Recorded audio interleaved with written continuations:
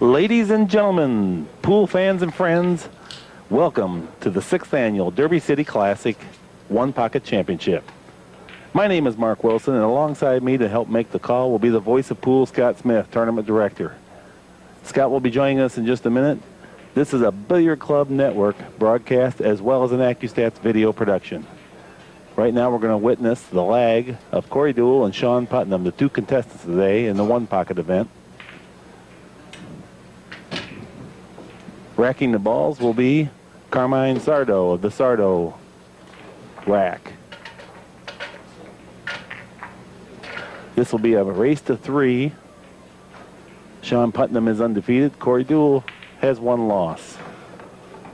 The one loss came by virtue of a forfeit. He missed his match yesterday. Shawn Putnam from Youngstown, Ohio, a 32-year-old player, playing with a Josie Q, Josie Custom Q's, Savannah, Georgia. He's been the #1 Viking Tour player for the last 5 years. He's set to break, a very traditional break, inside spin. And as a left-handed player, he's chosen the right corner pocket. That plays a little bit to his advantage. It makes he doesn't have to reach across his body quite as often. The 2-ball crept out, and it would appear that Corey Deuel is going to attempt to spin the 2-ball into his corner pocket. He's made a terrific opening shot, but was not rewarded with a great offensive opportunity. However, he takes command of the match, 1-0, and he regains control of the table, which is essential in One Pocket. Due to the fact he doesn't have a great shot, it looks like he's going to attempt to at least get something close to his hole, or perhaps he's going to play the combination on the 4-ball, which he has and successfully completed.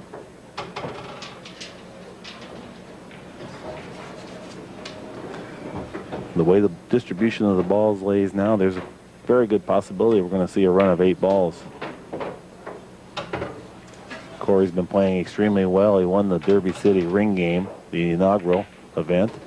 $30,000 winner take all. He beat Alex Pagulayan in the final, and it was very exciting.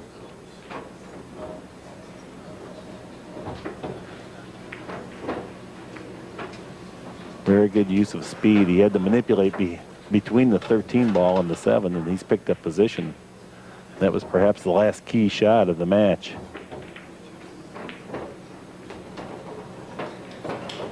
The 13-ball. This will be interesting to see just exactly where he goes for position. I don't know that the 12-ball goes, but if it does, no, he's using draw. He's going to try to thread it in there between the corner pocket to obtain the 3-ball. And this will be his out ball. He only needs 1. And this match has started off with some fireworks. A 1-inning game. Now joining me, the voice of pool, Scott Smith. Scott, bring us up to date a little bit on the tournament. How many players do we have for the One Pocket event? All right, we started the One Pocket, 306 players, and we are about halfway through the field at this point in time. The format's 3 out of 5 games, single elimination. And after each round, we take the winners of the previous round, along with anybody that rebuys. Everybody has 1 rebuy option. And they go into the computer, and we redraw for everybody. And anyway, this is the second round of the One Pocket, and Corey Deuel and Shawn Putnam our TV match. And what is it, 1-0? I missed the first game. Corey Deuel ran right out. Yep. Sean broke. With the, Sean broke. Okay. And we get to see the interesting Corey Deuel break, perhaps. He's got some inventive breaks for One Pocket. This kid's inventive all around. Everything he does is inventive. He's going to splatter him. He's breaking to the right corner. He went with the more traditional break, and his corner ball has crept out, and now Putnam will have a chance to return the favor with the first offensive flurry. Yeah. Looks like it's he's shooting at it. He's going to spin the 4-ball in.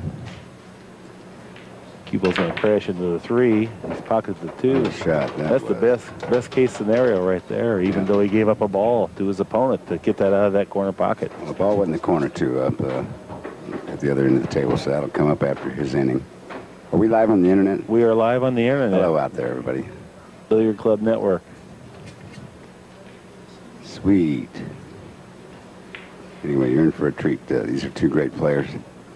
You know, before the match, I got a chance to talk to Shawn, and he's kind of primarily known as an offensive shot maker and 9-ball player. And he said that in training for this, he's been playing one pocket for the last 3 months, 4 hours a day.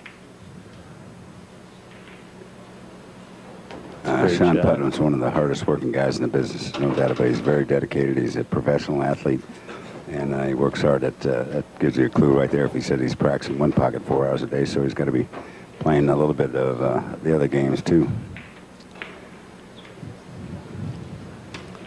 So everybody ditched you today, Mark? Diliberto's playing a match, right? Yeah, and Jay Helford is as well. And Billy and Cardona took the week off. It's kind of nice to have a fresh voice up here, though, Scott. I'm glad to get to work with you. Oh, my pleasure, too. Anyway, Putnam's going to go into the stack here, and no, 5-ball, excuse me. Made the 5. What type of a shot is he faced with here, Scott? Well, I don't know. He can try to bank the 7, but the cue ball is going to go into the balls adjacent to it, and it looks to me like he could push a ball over to Corey's side. If he misses a 7, he might. I believe he's going to try to bank the 7 or play the 7 carom off the 3, and then he can follow the cue ball head and perhaps get the 7 ball near his pocket. Right. You've played this game before. I've seen it played at the highest level. Seen it played at the highest level. For those of you out there viewing, Mark Wilson's trying to trap you all. No, Mark's a great player, too. Anyway, let's see what he does. That looks like the shot, though. Carom it off the 3, and he can follow the cue ball, hopefully, on the other side of the stack there. No, he's going to duck. That's not a bad move either, especially if he can get the cue ball back into the stack. Looks like he's hit it pretty well. Now, well, Corey's not going to go 8 and out from here. I know that. Well, he's left a couple good possibilities, however. And this is it looks like he has a cross corner bank on the 7, which he's struck quite nicely. Yeah, now he's regained control of the table. And they have forgot to respot the ball. That is correct. In fact, it appears that Putnam has laid claim to that ball that went up into the corner pocket. Sure does. And that's an old Ronnie Allen move. I'm going to tell you, if this was Ronnie playing, that would have been expected. No, Ronnie never did that. A professional player. Well, Corey Deuel's going to try to push some balls over by his side of the table and leave Putnam long. And we're a little short-handed on the officials end of the staff, and therefore nobody is down there to oversee the fact that the ball and the went in the corner should have been spotted. And the name of the game is if you snooze, you lose. Yeah, what a terrific shot that Corey Deuel has just played. He lagged the cue ball around 3 cushions, and the speed was such that it lodged itself frozen to the 9 ball. And now Corey is recalling the fact that there was a ball that went into the corner pocket. Right. But I'm not sure that it should be spotted on this inning. Normally they would shoot 1 inning each. As long as both players are content with the circumstances, it's probably the best case scenario to just leave it alone. Where are we at there? 3-2, favor of Putnam? He is now 3-2 favor of Putnam. Okay. Then he didn't lay claim to it.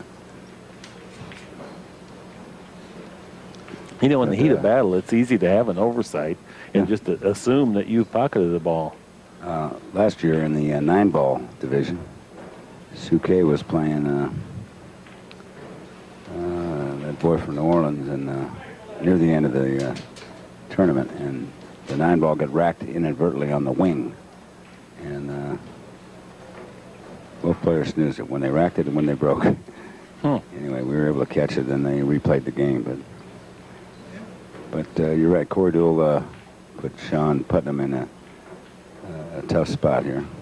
Well, you know, there was the other incident where, and it's already been talked about quite a bit, but where Mattia broke and ran out, but failed to make a ball on the break, and no one caught it till it was witnessed on videotape. Yeah.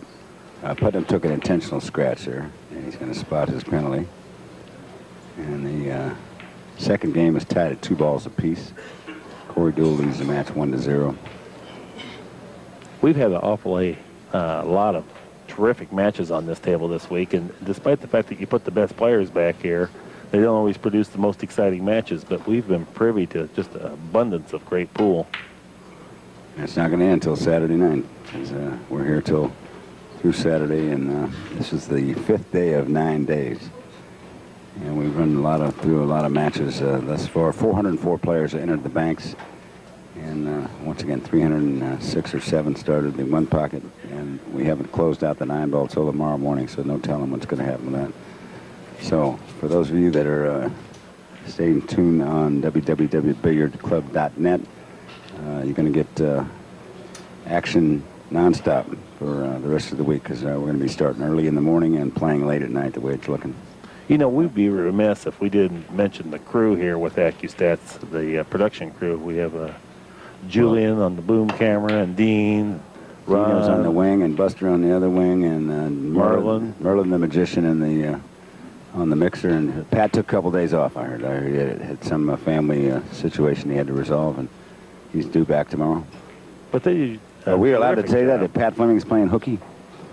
Well, it wasn't by choice. Yeah. Unfortunate circumstances occurred, an unexpected death.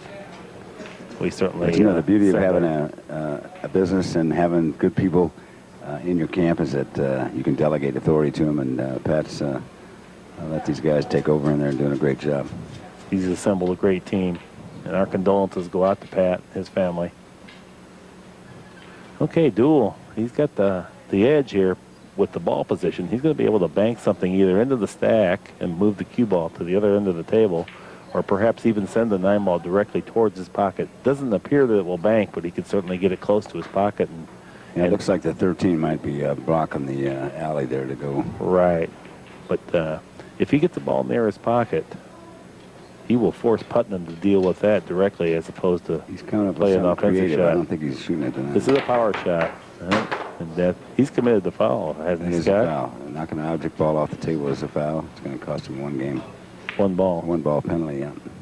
And very well may be the game. 2 balls go on the spot. Putnam's got a shot. Putnam's got a shot at the 10 ball here. Now, when spotting balls and the cue ball's in the way, you cannot freeze the object ball to the cue ball. Is that the case? That's correct. You get it as close to it as you can, and then would obviously go behind it. And if it's an object ball, then you do freeze it to the object ball. Right. Easier said than done sometimes, but those are the guidelines, right? And especially when you're a little bit nervous. I can relate to that. We saw you tap on with the edge of your microphone the other night. Worked pretty slick, too. What a nice shot that was. Just a touch of inside spin to play the carom off the object ball. Yeah, he had to play it off the 8, and he hit a good speed, and he's got a good shot at the 13. And he needs 5. The 13 would be one of them, and he looks like he can get behind the stack or else open him up right here. It's coming out above the 8 and 9, and that was a nice shot. Putnam has a powerful game, a very powerful stroke, and he competes all the time. Got a very powerful mindset, too. Boy, that's important. He plays hard. That's the most important thing of all. As much as the physical tools come into play, you got to have the focus and the tenacity to stay in there. And all the adversity you end up facing in a pool game, I mean, it really tests you. You have to bring all your tools. And then your personal life enters into it, too. And sometimes in the back of your mind, you're thinking about things happening somewhere else and back home or at this family members.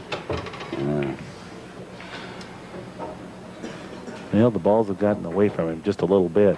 And looks like he's going to be forced to play a defensive shot.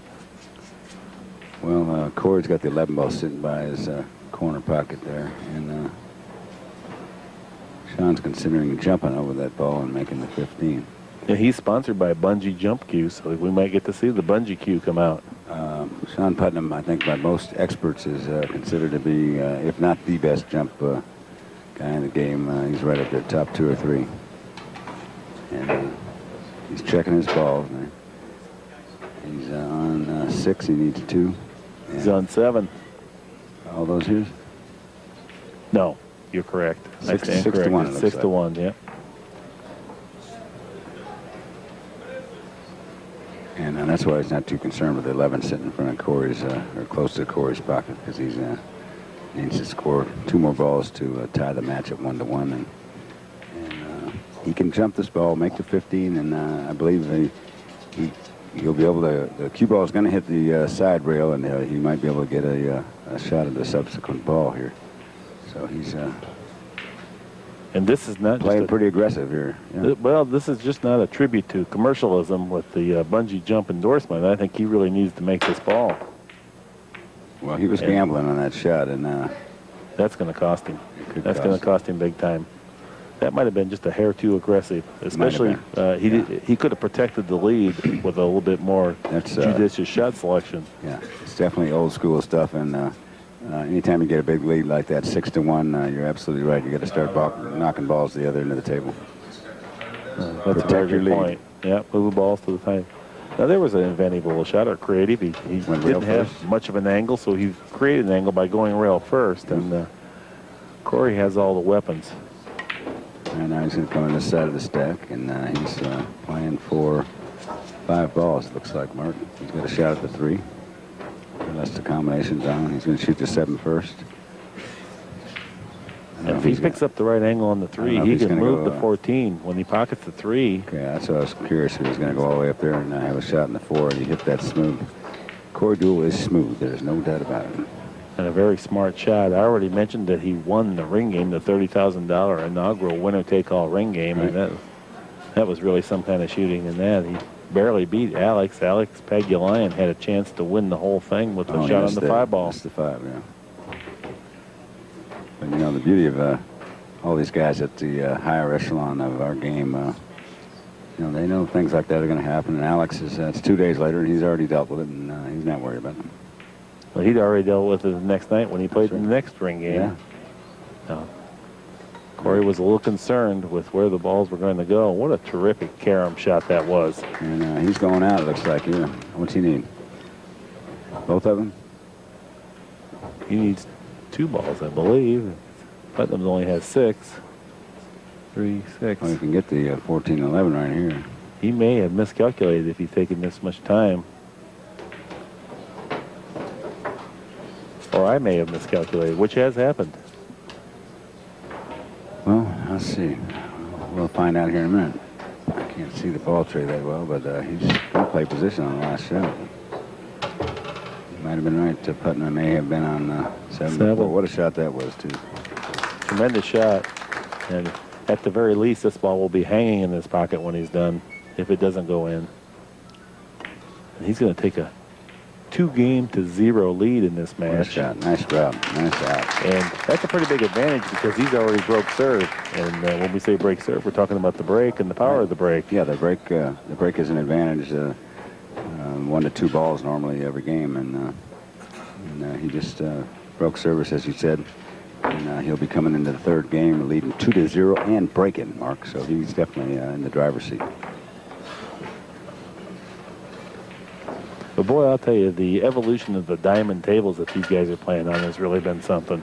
Well, I was in the meeting, the board of directors of a couple of associations ago when the initials were the PBTA, I believe it was, Pro Billiards Tour Association, and they were a friend of yours that you grew up with, Jeff Carter, was on the board, and we were talking about specifications and of equipment and everything, and Greg Sullivan said, you tell me what you want and I'll build you the table. And this has resulted with the input from the world's greatest players, how they wanted the pockets cut, etc.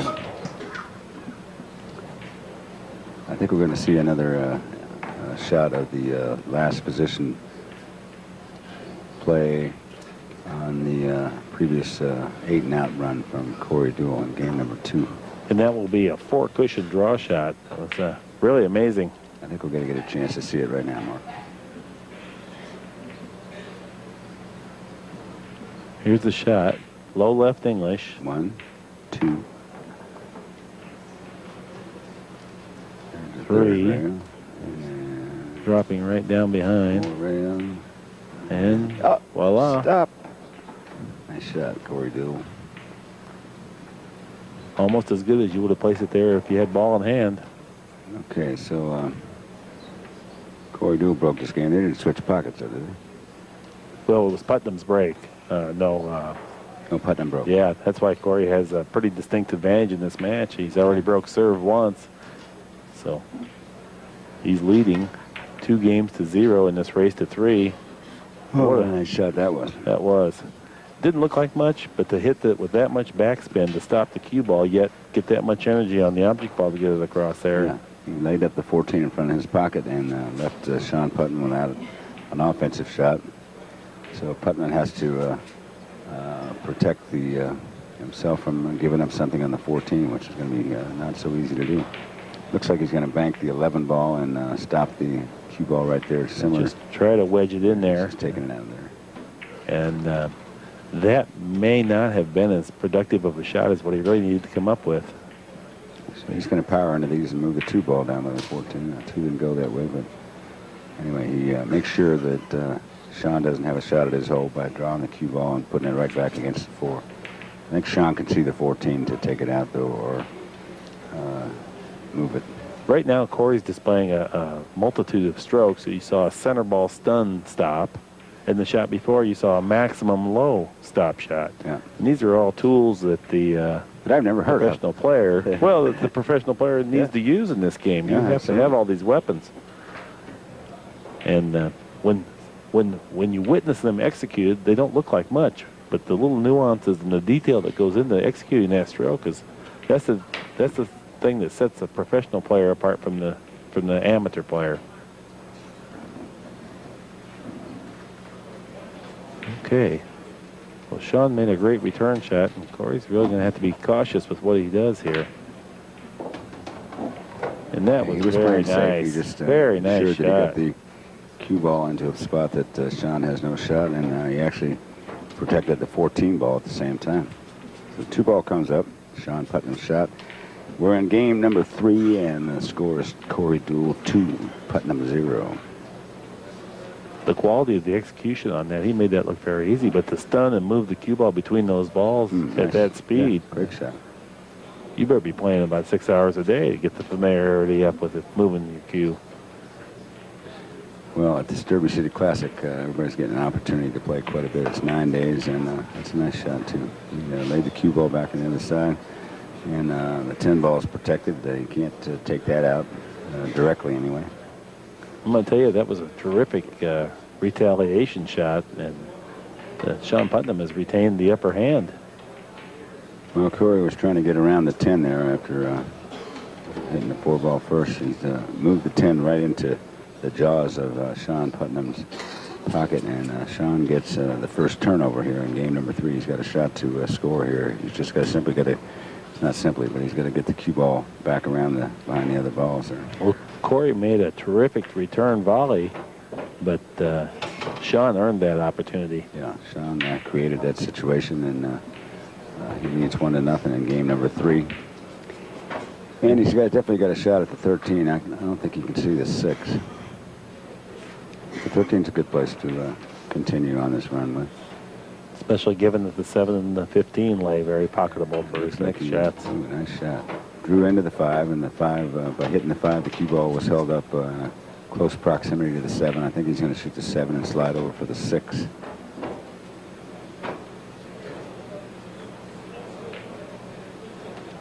He's getting up off the ball. That's a good thing.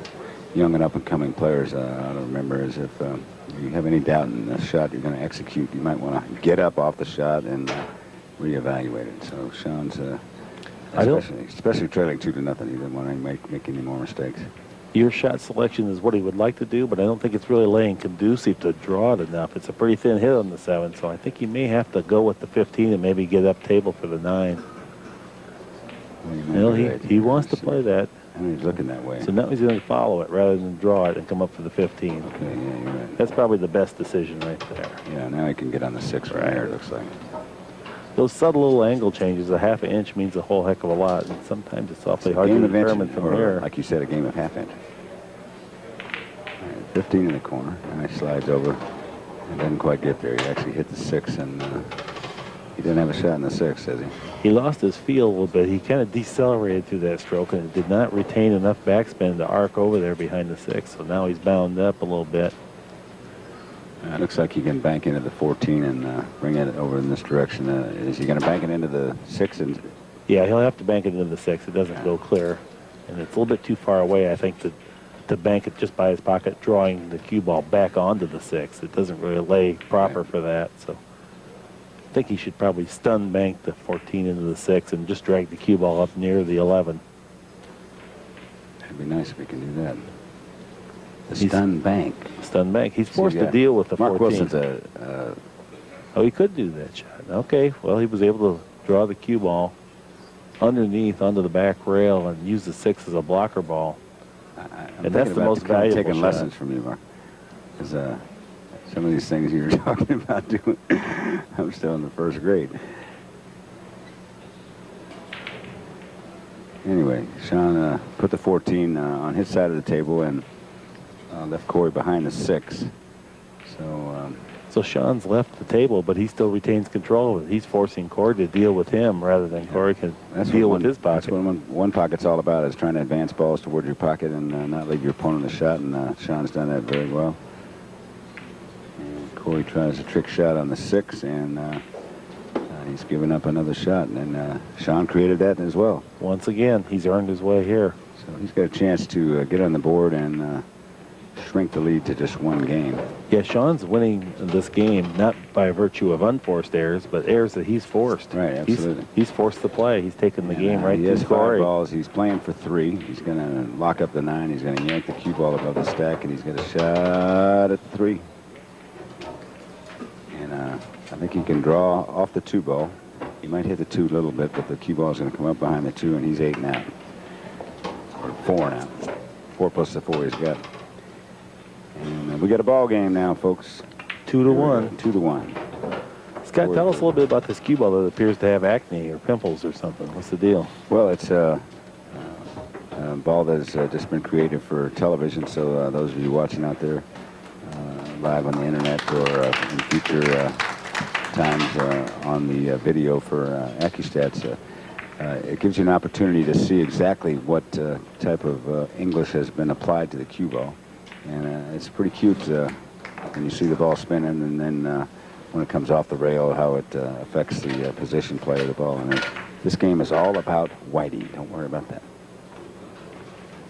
Right before the match began, we had a man out here clean the table with a product called Quick Clean, and that seems Dave Hodges, yeah. Yeah, that seems to work pretty neat. It comes with a little brush, and it's got some kind of a positive charge and a negative charge, but once he gets done with it, it only takes a moment. The table looks brand new. Oh, it's great, isn't it? Hey, we're going to see Corey's inventive break. He broke him wide open. He's pocketed the ball. A very non-traditional one-pocket break, I might add. And they're shooting at the same pocket. Well, we don't even know which pocket's which when they break like that. Shawn made a remark to Corey about the break, and they're both smiling. They'll be friends after this match, win, lose, or draw. Shawn said in preparation for this match, he'd been playing guys that broke him wide open day in and day out just so he could get used to this type of a tactic. I thought Corey was the only one who did that. All right, Shawn pockets his first ball out of the 8 that he needs to win game number 4, and he's got a shot at the 8 ball, and he's going to pocket that ball, apply draw, and slide off the 5, open up the 5-3, which he did. And but when you do that, you run the risk of not getting a shot by coming anytime you're moving balls around. He's got a combination that he could play safe on it as well as try to advance his 3 ball. If he makes it, he's going to have a shot in the 9. And he hit it with authority and confidence. Oh, confidence, no doubt about it. All right, now he's going to slice the 11 ball in and come across table. Bumping the 5, that was a great shot. The carom on the 5 was crucial to get another offensive shot. I don't think he meant to hit it quite that hard, but as it went over to the vicinity of Corey Deuel's pocket, but it leaves an easy bank, or relatively easy, if there is such a thing as an easy bank. He's going to shoot the 9, and it looks like he might even draw back around it, too. He's going to go back right up top. Table. He can save that bank for any time, though, if he, like you said, because if the cue ball gets down to this end of the table, he's going to have another good shot in his pocket. It looks like he's got 5 right now. This is ball number 6. Is he going for the 6 ball position? Yes, he is. That's a nice shot. He left himself jacked up a little bit. He's got to shoot over the 2 ball, but he's got to slice in the 6 and Down the rail. That would be Very stable with his bridge hand. 7th ball. Now he needs 1, playing for 1. And now he's got a bank on the 5 still, right? This would be a standard one-pocket bank that would be struck to avoid a double kiss with a little bit of high right English. Crossover shot. Cue ball ducks underneath at 5. 5 comes in. Boom! We got a ball game. It's 2-2. 2-2, and that break really did not afford Corey an opportunity to protect his lead in this match, and now he's highly vulnerable. And, well, he's let Shawn Putnam gain the advantage, and after having a huge 2-0 advantage, Shawn Putnam will break in game number 5. The score is 2-2. You're live in Louisville, Kentucky at the Derby City Classic. Mark Wilson and Scott the shot. Are they giving the viewers an opportunity to see the rest of the room very often? Or? Oh, yeah, it's on the, well, as far as the internet goes, it's out there all the time. You know, Corey Deuel's the only one that employs a wide-open break like that. I've never seen any of the other players utilize that. Have you, Scott? I've never seen that move either. And I venture to say that Shawn would never try something such as that, and especially not at this critical juncture of the match. I mean, even in practice, it's hard to implement. Well, Corey Deuel does some things that are unconventional. Unconventional, yeah, that's the right word. He's the one that started the soft break here in the last couple of years, and the cut break, and the cut break, and reading the rack. He used to examine every rack and maximize his efficiency from the break by learning to read how the balls are racked in terms of froze or slightly unfroze. So he made a pretty good return shot, and doesn't mean that he's completely out of trouble, but he's going to stave off trouble for at least another shot. Right. Well, Putnam's looking up table towards the 1. He looks like he might just send the 1 and send Whitey down to the other end of the table. I think that would be a good decision on his part. Length is your best ally as far as defense goes. Well, it's an old saying that when in doubt, leave them on the end rail. And there's a lot of truth to that, because those 9-foot shots for anybody are tough to deal with. And Shawn needs to be concerned with the 1 ball creeping out and leaving Corey a shot at his pocket that he could roll and allow the cue ball to stay on the same side of the table. Oh, he hit the speed good. He did. I think he was more concerned with not leaving Corey a takeout on the 6 or the 10, and the shot could give Corey fits. So whatever he does from here, he will have to earn it. I think that what he's going to have to do is roll the cue ball down on top of the 6. Well, he's not playing that at all. He's not taking any time, so he knows what he wants to do.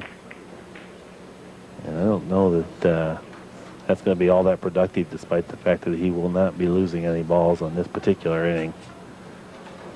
If Shawn gets to the other side of the table while leaving the 10 ball in place, he's going to hold a pretty big advantage and put Corey in a predicament where he may end up being forced to take a foul and go backwards.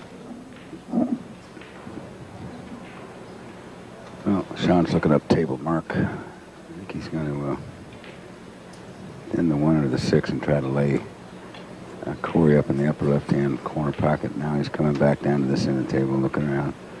And that's 2-2, so Shawn Putnam's going to really evaluate his opportunities here and make sure he doesn't make any mistakes. And he's going to try to move the 7 towards his pocket and put the cue ball behind the stack, it looks like.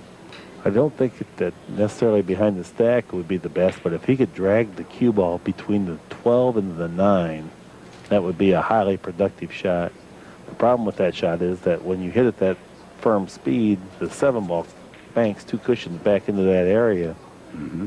That would be, there's going to definitely be some risk and reward with that, and he's looking a way to possibly go down table and maybe bring the cue ball back on the side of the table that Corey's pocket is on, about 2 diamonds up right on the rail. That would be the optimum place to get to from that place. I don't know if you're right. Well, as I look around the pit here, there's a double kiss in this, and that's what's bothering him. Yeah, he's chosen to go a little bit more conservative, try to protect the 10 ball. All right, what's he going to do? He's just going to clip the 1 or the 6 here. He's still not sure what he wants to do. Accuracy and speed both play into this shot. And that works. And I was just about to say the signage in the pit represents all the co-sponsors of the event and the production for the internet, as well as AccuStats, Seminole Tribe of Florida, Simonis Cloth, Lemon Savers, Predator, World Championship Pool. I'd like to thank all of them. Corey Deuel shooting. Corey's playing a carom offensive shot, Nice and shot. it was a nice shot, but boy, it came with a price. That 5-ball crept right over there in front of Shawn's pocket. If that doesn't go in, Shawn holds a big advantage in this final game.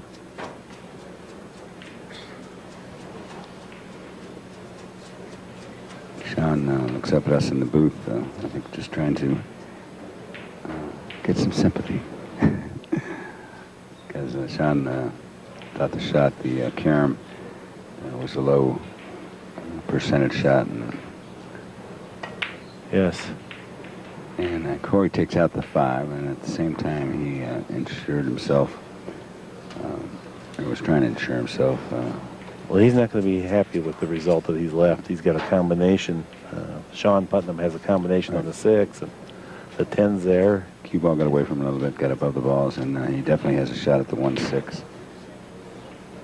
If Shawn pockets the 6-ball from here, Corey's going to be at a distinct disadvantage throughout the remainder of this game.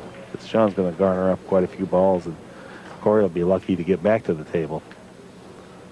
Conversely, if he was to miss the 6-ball, Corey would turn the tables quite quickly. Well, Putnam's pocketed the 6. He's got a shot on the 10-ball. The score is tied 2 games apiece in Louisville, Kentucky. And he has a shot at the 10, and he just has to figure out where to put the cue ball to continue his run. Well, this is the shot that determines the experience level of a player. The tremendously experienced players work it around where they come out with a shot, and the shot makers sometimes get themselves in trouble. Shawn played a tremendous shot to get the ball back where he has a combination on the 4, and a very makeable routine type combination. It is. It's definitely on, and he drew the ball into the cluster and caromed off the 9, and it gave him a shot at the combination. And worst case scenario, he might have a shot on the 8 after he pockets the 9. It's a little tricky because the 8's going to go to the end rail there, and now he can follow out for the 2 also. Looks like now he's coming to put right-hand English on it, inside English to try to get on the 7. He hits the 7, but he didn't get on the right side of it, Mark.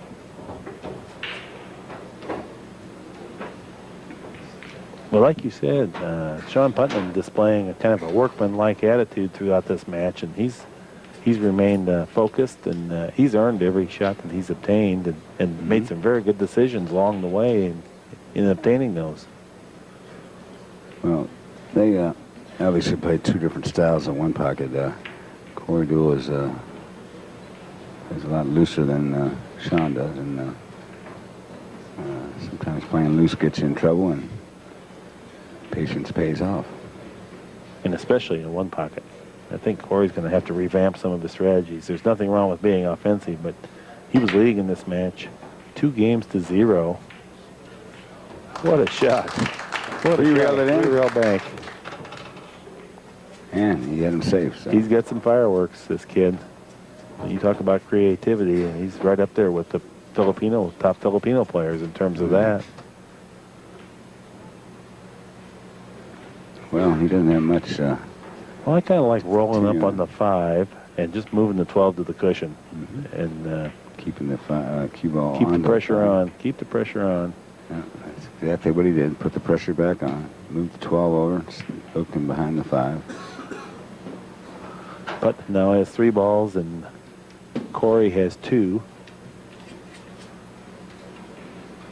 Scoring games is 2 games apiece, so a very critical juncture of this match is now approached.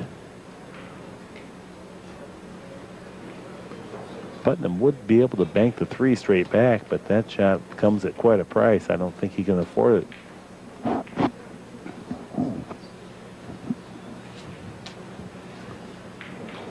Well, he's looking at the 3 mark. He's going to is. draw the cue ball down the end rail. No. Ooh, a 15. He looked at the very, look at this shot here. And the 3.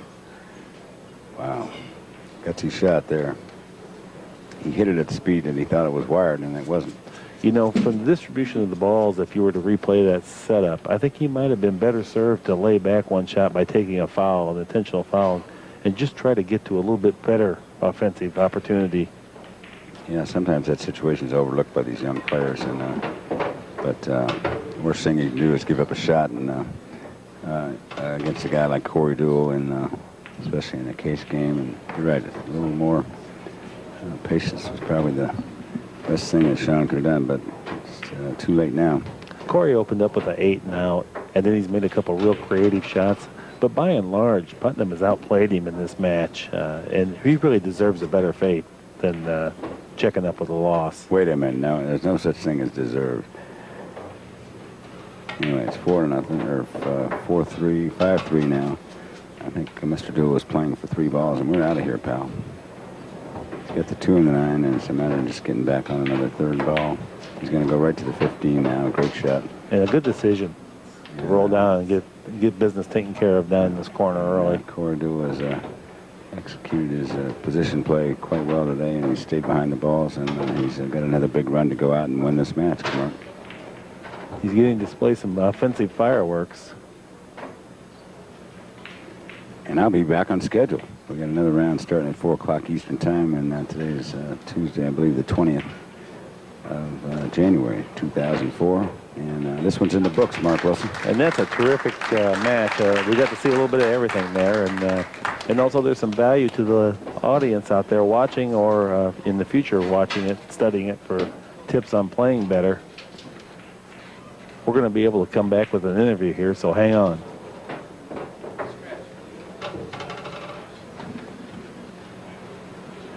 We're here in the booth with winner Corey Deuel. Corey, what a match that was. We got to see a lot of offensive fireworks. Tell us a little bit about how you feel like you performed.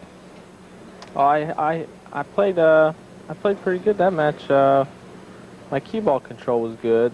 Might not have shot the right shot every time. I broke them hard one time. I usually call this pocket, but I forgot to call it. And I happened to get safe if I would have called that pocket, but I forgot to do so, and Shawn just ran out on me. A very unconventional break. Perhaps you're the only player here that would be willing to use a break like that at such a critical juncture of the tournament. Tell us a little bit about the evolution of the development of that break. Just got to practicing it back home. It's just pretty much an 8-ball break, and I noticed that every time I break the second ball on 8-ball, all the balls seem to cluster on one side of the table, so I figured if I can get my cue ball through the rack somehow to the other side, it'd be a good one-pocket break. You're a very creative player, and it certainly showed in some of your shot selections and execution. You're very good at executing, and occasionally perhaps your patience cost you. I would say that despite the fact that your chronological age is 26 years, sometimes your patience level is more of an 18-year-old, and sometimes your knowledge about creativity is more like a 40-year-old. Yeah, my patience isn't quite there. I like the game for the creative shots, but I don't like the game for all the nitpicking and, taking fouls. I don't even think taking fouls should be legal in this game. Yep, I think that's kind of a cheap way to shoot a ball, really. That's understood, and you're now 1-1 in the tournament. You had to forfeit a match, unfortunately, so you're starting off with one hand tied behind your back, but we certainly look for a lot of good play out of you, and perhaps a high finish, and perhaps really assert yourself into the all-around points championship. Yeah, if I keep my head in it and actually try and move, I got a good chance. But I don't think that's real likely.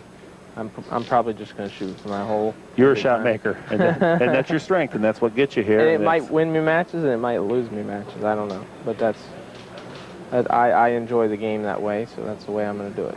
Well, terrific, and from all of us at AccuStats, good luck to you. And to all the listeners at home and viewers, we would like to thank you for sharing some time here with us, and we look forward to seeing you again. This is Mark Wilson from AccuStats.